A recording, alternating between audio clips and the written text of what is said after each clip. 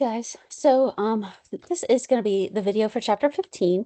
It's going to be one of like three videos. I think I'm going to break this up into three different ones. I think I'm going to do intro to animals, and then I'm going to do an inverts section video, and then we're going to do the finish off animals with the vertebrates. So it's not quite so long because it is a massive amount of content to cover. It's at least three chapters of material in majors, and we're trying to squish it down into one chapter for non-majors. So it's a lot of stuff. So I'll probably break this one up.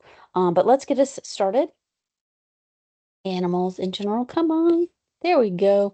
They're definitely super diverse. When we talked about the last chapter with plants, gymnosperms and angiosperms, we got the angiosperms and those the flowering plants. Those guys were super diverse. Animals are super diverse too, especially in the invertebrates section of animals. All of those insects are, it's an insane amount of species in there. So definitely highly diverse, for sure. Features of the animal kingdom. So that's going to be this first video here. It's going to be basic characteristics. You know, this is going to be a test question. Something in here is not going to fit. So starting this off with, where's my mouse? There we go.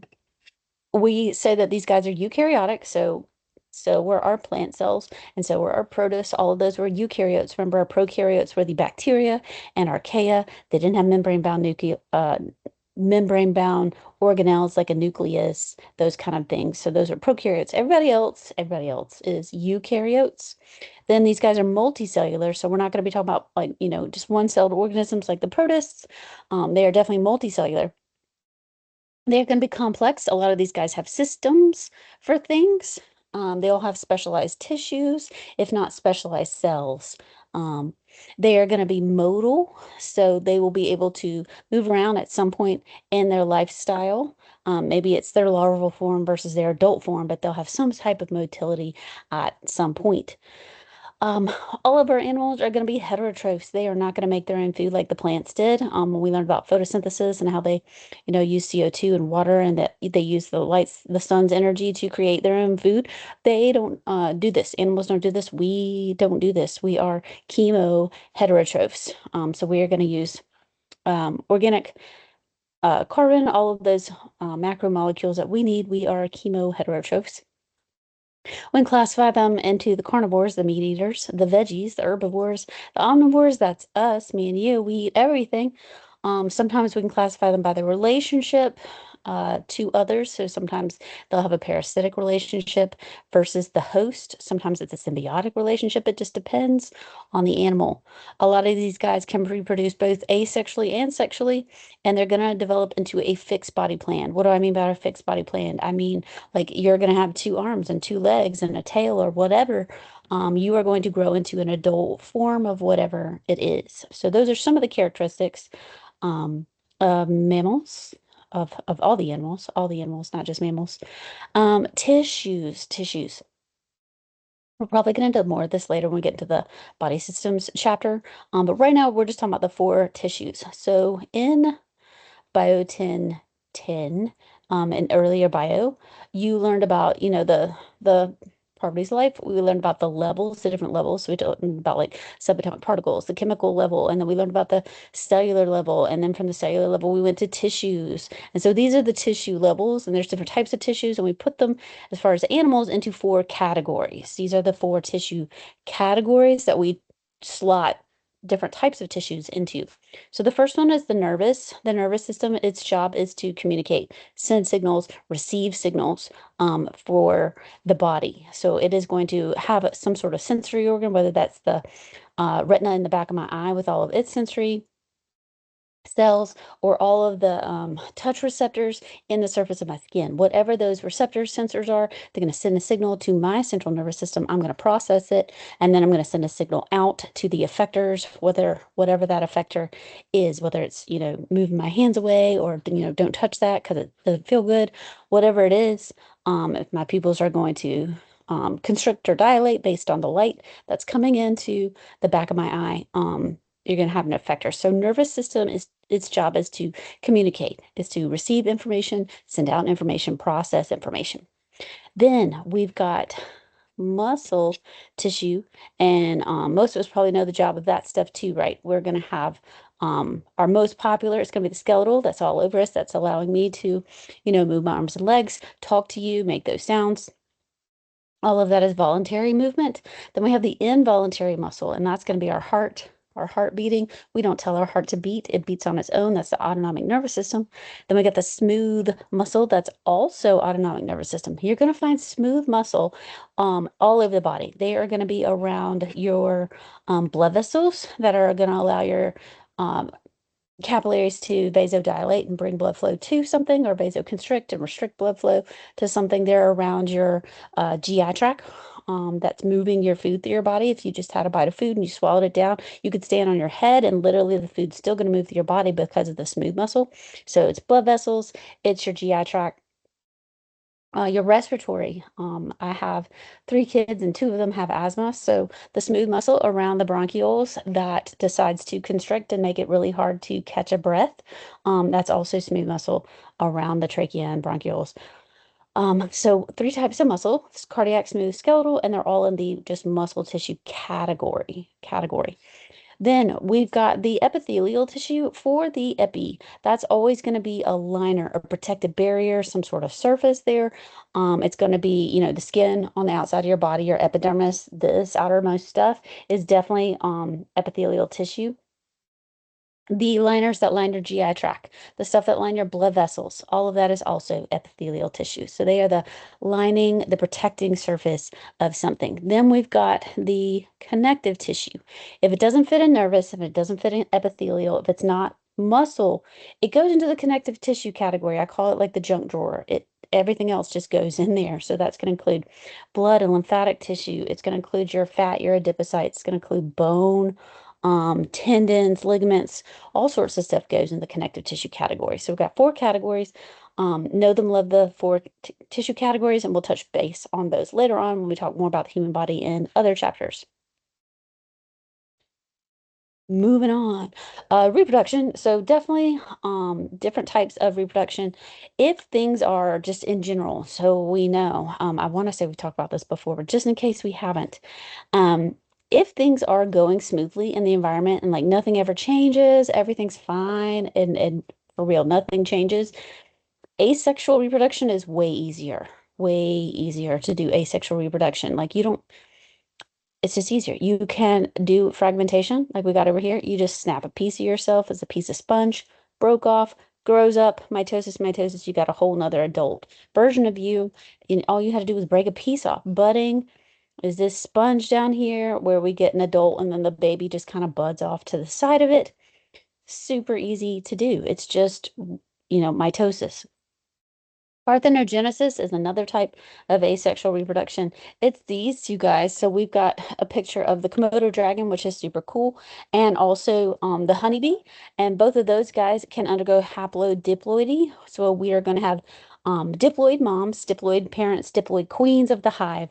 And so those can lay eggs. And if the egg doesn't get fertilized, on honeybees, that egg can still grow up. It can still undergo mitosis, and grow up, and it's going to be a multicellular haploid animal, as opposed to most animals. When we're going to talk about, we got a haploid sperm, we got a haploid egg, we're going to fuse those two together. Now everything is diploid from here on out, but these guys are the exception. So anything in biology, you can never make blanket statements and be it's black and it's white. Never is.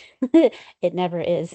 So haplodiploidy exists. So we can take, an unfertilized egg from a honeybee or a Komodo dragon, and occasionally those things don't need to be fertilized and they will grow up to adults, which is really cool. But anyway, asexual reproduction is easiest in a steady environment where nothing ever changes. It's easier. You don't have to go find a mate. You don't have to fight for that mate or compete for that mate in any way. You don't have to grow special body parts to attract a mate over. You just snap a piece off and it grows up. Super easy. But what if the environment changes constantly? In that case, you'd want to do this. You'd want to do the sexual reproduction, because what's the benefit of sexual reproduction? It's genetic diversity. You want the genetic diversity of the offspring. So with sexual reproduction, we talk about you're going to make your gamete, you're going to make an egg, and you're going to make another gamete, and that's the sperm. And these will, depending on the animal, be in two different animals, or they could be in the same animal. But you'll have a haploid egg and a haploid sperm, and they're going to come together and fuse, and now you're going to have this diploid offspring that are going to have unique genes because of the process of meiosis that we talked about in the old biology, biology 1010, or high school biology. We talked about meiosis. And at the end of meiosis, you have unique gametes. You got a unique egg, you got a unique sperm. It doesn't look like any of the other sperm cells. They're all unique. That's when you would want to do this because if the environment is sketchy, you want to do sexual reproduction because the odds are that your offspring will be so genetically diverse that somebody out of your offspring will have the genes that allow them to survive through whatever adversity the environment is throwing at them. So maybe it's a drought and there's not a lot of food around. And so this offspring has the ability to utilize multiple food sources. Whatever that is that gives them the genetic advantage, you want that. You want the diversity with sexual reproduction. So a lot of animals out there could do both. They can do sexual reproduction when the environment is sketchy, and try and run the odds, and you will have genetically diverse offspring. Because in the end, biologically speaking, you're only successful, biologically speaking, if you pass on your genes. If you are able to pass on your genes, you won the lottery, and you have now committed the only thing that your purpose was for, biologically speaking, was to pass on your genes. So if you were undergoing sexual reproduction, making all these unique gametes, and they fuse, and you have your offspring, and they make it and they survive and they pass on their gametes, that was the whole goal. So if the environment is bad, sexual reproduction. If the environment is stable, nothing ever changes, asexual reproduction is way easier, way easier. On metamorphosis, there's two different types of metamorphosis, and different animals will do different things. So our image is going to have two types of insects. So we have this little guy, and we have these cute little crickets, grasshoppers, and here's its little baby form, and it grows up, and it just keeps molting. So it just keeps shedding this chitin exoskeleton until it gets bigger and bigger and bigger. And this is called incomplete metamorphosis. It is basically just a baby that looks just like the adult. So it's a little mini me that just keeps shedding until eventually it turns into the adult form, but it looks just like the adult. Versus complete metamorphosis is going to have a larval form, the cute little hungry caterpillar larval form. Then you got the pupa form, totally different stage, and it doesn't look like the larval form at all, right? It's different. And then we have the adult stage, and the adult doesn't look like the pupal stage. The adult doesn't look like the larval stage either. You have a beautiful butterfly at the end. This is called complete metamorphosis. It is different from incomplete. Incomplete looks nothing but just like a bunch of mini-me's of the adult. Complete metamorphosis, larval stage looks different than the pupal stage, which looks different than the adult stage. The phylogenetic tree are going to be different ways that we classify stuff. We talked about this in the beginning of the semester, in the beginning chapter. So here we've got all the animals in this chapter, and then we can classify them, put them into the trees based on traits. So our very first one, we talked about most animals are going to have tissues. The exception out of our tree is going to be parazoa that don't have tissues, and it's going to be the sponges. Sponges are in the phylum Porifera, and they have specialized cells. So we're definitely alive. We've got specialized cells, but we don't have those specialized cells turn into true tissues. They don't have tissues. So they just have special cells that we will talk about later when we get to the invertebrate chapter. And then we got the eumetazoas, and they are going to have tissues. Then after that, after we divide up by tissues or no tissues, we're going to divide up by symmetry. And so we have bilateral and we have radial. If you see radiata or radial symmetry, and we're going to have an image of this later, but I want you to think of a circle, and we've all done math, radius of a circle, right? So that you got your circle. If you think of it like a piece of pizza, a piece of pizza pie that you could cut into different slices, things with radial symmetry, if you're like looking at them in general from above, they are sort of circular. And that's going to include our cnidarians, which are all of our jellyfish, and our comb jellies. All of these guys are circular, and they are going to have what we call radial symmetry, and you can cut them however you like, and you're going to have equal parts however you decide. I can't doodle correctly, but you will have equal parts no matter how you slice it, versus bilateral symmetry, and that's us, and we're gonna, I don't think I could do a proper doodle. It's going to be a stick figure, but if we If we had a stick figure, that head does not look very even, but we're going to pretend that it is. The only way for us to get even Steven sides is to just go right smack down the middle of us and do a sagittal cut, and that would give us even Stevens. That would give us two sides that look the same. So we are bilateral symmetry for those guys. Then we're going to divide it up into protostomes and deuterostomes. Protostomes, pro is going to be mouth first. Deuterostome is going to be mouth second. We will get to why that is and what that even means later. And then we've got all of the other protostomes divided up into ichthyozoas and lepitrochozoas.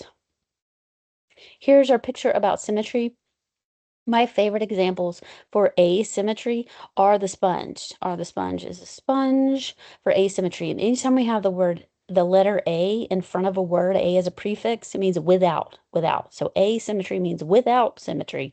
Asymmetrical sponges are my favorite example for that. For the radials, remember I was telling you it looks circular from above and you can kind of slice it like a pizza pie. So all of those cnidarians, comb jellies, those guys would be included in radial symmetry. And then bilateral symmetry is us and almost everybody else in the animal kingdom, where you have to do a mid-sagittal cut and you would have even Stevens, lefties, and righties between the two. So there's just two sides that you can make with bilateral symmetry.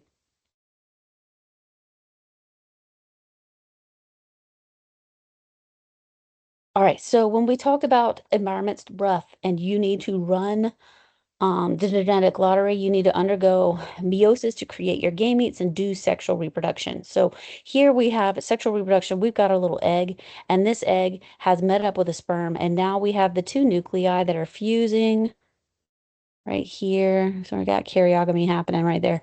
In our diploid zygote, this little guy is going to be two. That is a really bad two. 2N.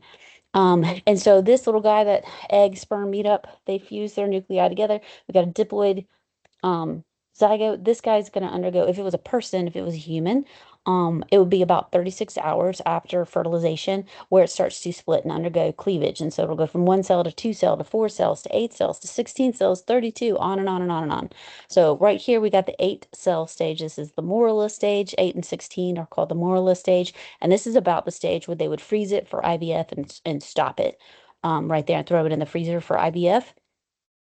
And then later, after implantation, hopefully it takes, if you were undergoing IVF, and it takes and starts developing and continuing its development, and then it will go from 32 to 64 and on and on and on. And so this is the blastula stage where you are a hollow ball, and a portion within that hollow ball, this little section of the hollow ball, is called the inner cell mass, and that's going to develop into a person. So we'll talk about that later too. But that starts here where we have gastrula or gastrulation.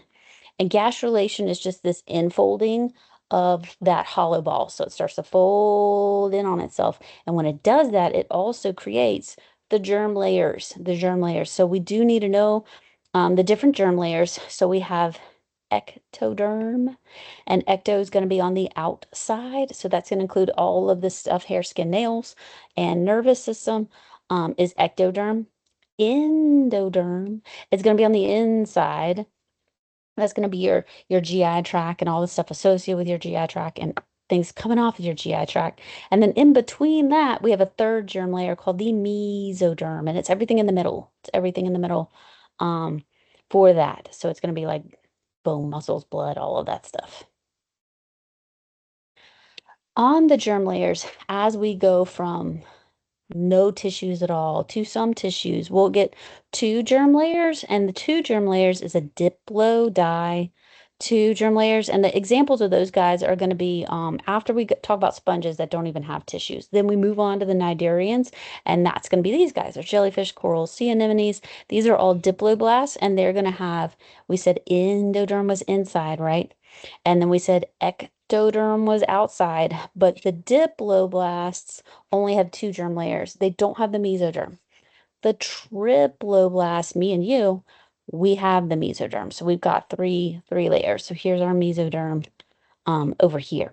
And that's gonna get it's gonna be us and some sharks and the flatworms A lot of other things have three tissue germ layers in there. So we need to know our germ layers. Um, for humans, what the germ layers develop into, I was telling y'all, but just to recap, we got the ectoderm, hair, skin, nails, nervous system, central nervous system, peripheral nervous system, everything coming off of the brain and spinal cord. Then we have the endoderm, and I was telling y'all GI tract, your GI tract running through your body and the things that come off of that. And then mesoderm is everything in the middle, blood, bones, muscles. I'm not going to ask you the fine details of lungs, never. But general organ systems coming from those germ layers is a possibility. It's a possibility. This is really cool because I like that you can see it. This is the uterine wall right here, and this little parasite, which is the offspring, your embryo, your teeny tiny little baby, has implanted in the wall of the uterus, and you can see how this is developing. So this is happening. It takes fertilization needs to happen within 24 hours.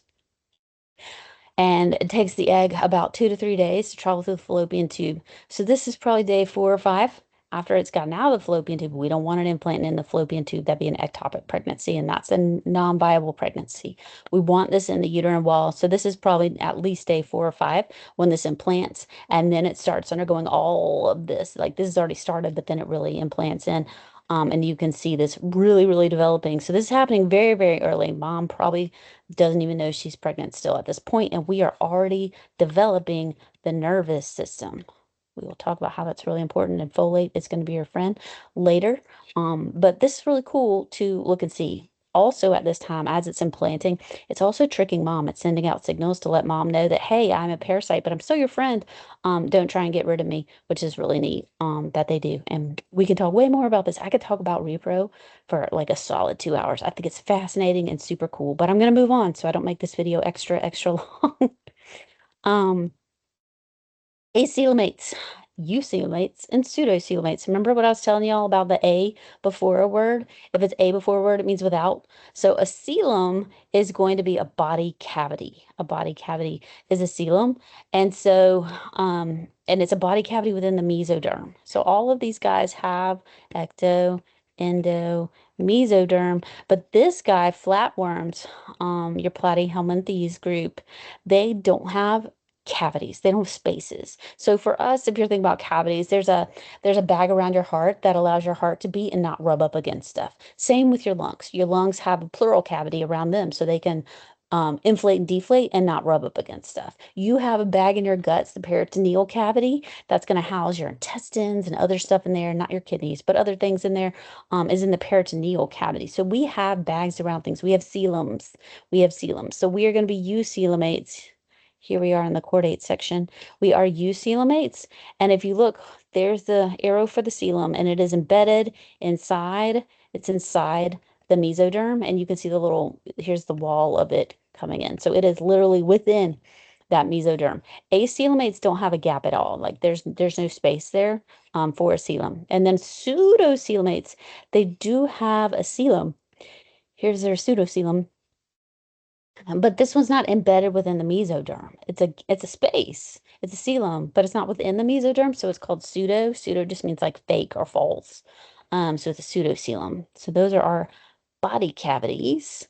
And then on the phylogenetic tree, it was talking about protostome or deuterostome. And protostomes are going to be mouth first. So when we talk about mouth first or mouth second, it's talking about the GI tract. The GI tract. And we are basically like a giant donut with our GI tract. And we have a one way, one direction GI tract. So what comes in goes all the way through and out. There's some animals that have a two-way. What comes in gets digested and then it goes back out the same way. So depending on what develops first, is the mouth developing first or is the anus developing first? So with our protostomes, that's going to be mouth first. Their mouth develops first on their GI tract, and that's going to include all of our arthropods, our annelids, our segmented worms, and all of mollusca, which is a huge phylum. Then we got the deuterostomes, and that's us. That's us because we're in the chordates. And then it also includes the echinoderms, which are like your starfish and urchins and those kind of guys. So we are deuterostomes. We are mouth second. All right, so that's it for this first section, and then I'm going to do another video on invertebrates, and I'll have a third video on vertebrates.